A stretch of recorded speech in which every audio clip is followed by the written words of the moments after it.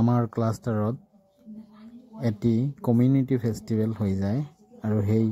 Community festival বা অনুষ্ঠানটিৰ কিছু ভাল লগা মুহূৰ্ত এই ভিডিঅ'ৰ জৰিয়তে আপোনালোকলৈ আগবঢ়ালোঁ।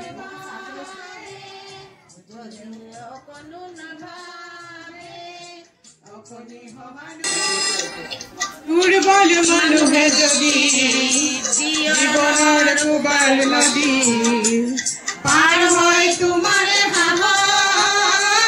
তুমি হেৰুৱা মানুকি দুৰ্বল মানুহে যদি জীবনেৰ কুবাল নদী পাৰ হয় তোমাৰ সাহস তুমি হেৰুৱা মানুকি মানুহে যদি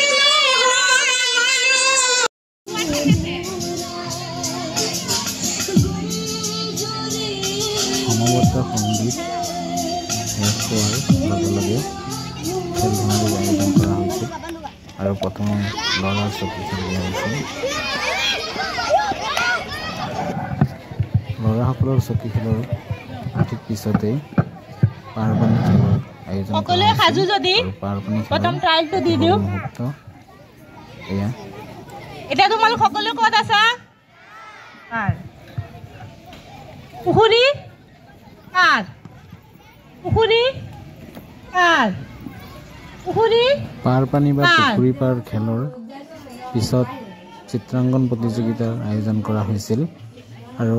চিত্ৰাংকন প্ৰতিযোগিতাত অংশগ্ৰহণ কৰা ছাত্ৰ ছাত্ৰীৰ এটি সৰু ভিডিঅ'।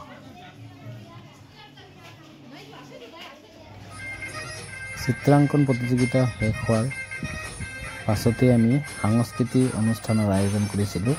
আৰু সাংস্কৃতিক অনুষ্ঠানটিত অংশগ্ৰহণ কৰা ছাত্ৰ ছাত্ৰীসকলৰ এই ভিডিঅ'ৰ জৰিয়তে আপোনালোকলৈ আগবঢ়ালোঁ। বিভিন্ন বিদ্যালয়ৰ পৰা অহা ছাত্ৰ ছাত্ৰীসকলে এই সাংস্কৃতিক অনুষ্ঠানটিত অংশগ্ৰহণ কৰিছিল আৰু খুব সুন্দৰভাৱে অনুষ্ঠানটি পৰিচালিত হৈছিল।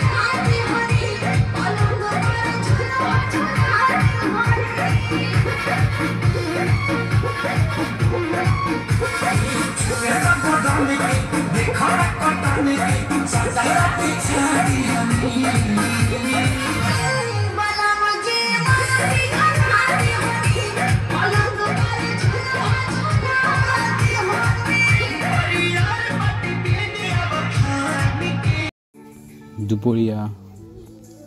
অনুষ্ঠানটিত উপস্থিত সকলো ছাত্ৰ ছাত্ৰী তথা শিক্ষক শিক্ষয়িত্ৰী আমন্ত্ৰিত অতিথিসকলৰ বাবে এটি প্ৰীতি ভোজনৰ ব্যৱস্থাও কৰা হৈছিল আৰু শেষত শৰাইৰ শলাগ কাৰ্যসূচীত আজিৰ অনুষ্ঠানটিত উপস্থিত শ্ৰদ্ধাৰ শিক্ষাগুৰু মঞ্চত উপবিষ্ট ব্যক্তিসকল আমন্ত্ৰিত অতিথিসকল সকলোৱে নিজৰ নিজৰ বক্তব্য এনেদৰে ৰাখে সেইটো চাই সব কষ্ট আমি পাহৰি যাওঁ পাহৰিব পৰাকে আমাৰ মনটো এনেকৈ নিশ্চয় আমি কৰিব লাগে আৰু সময়ো যথেষ্ট হৈছে ক'বলৈ মন আছিলে বহুত কিন্তু কোৱা তেনেকৈ নহ'ল থাকি গ'ল হয়তো ভৱিষ্যতে আকৌ যেতিয়া কিবা অনুষ্ঠান হ'ব আমি আৰু আমাৰ মনৰ কথাখিনি ক'ম আৰু ভৱিষ্যতে আৰু এনেকৈ যদি অনুষ্ঠান অহা বছৰ আকৌ হয় আমি ইয়াতকৈ আৰু ভাল কৰিবলৈ চেষ্টা কৰিম কাৰণ ভাল কৰি গৈ থকাৰ কোনো সীমা নাথাকে কয় sky is the limit better better better এইটো কোনো মানে বেষ্ট কেতিয়াও আমি জীৱনত কেতিয়াও লাভ কৰিব নোৱাৰোঁ আমি সদায় বেটাৰেই হৈ থাকিম হয়তো আৰু বহুত আগুৱাই যাব আৰু যিখিনি পোৱা নাই সিহঁতক অহা বছৰ কিন্তু মই দেখাই দিম এই ভাৱটো অহাটো বহুত ডাঙৰ কথা গতিকে আমি আজি শেষৰ ফালে গৈছোঁ মোক চমু বক্তব্য ৰাখিবলৈ অনুৰোধ কৰাৰ কাৰণে ছাৰক এই সুবিধা দিয়াৰ কাৰণে মই ধন্যবাদ জনাইছোঁ আৰু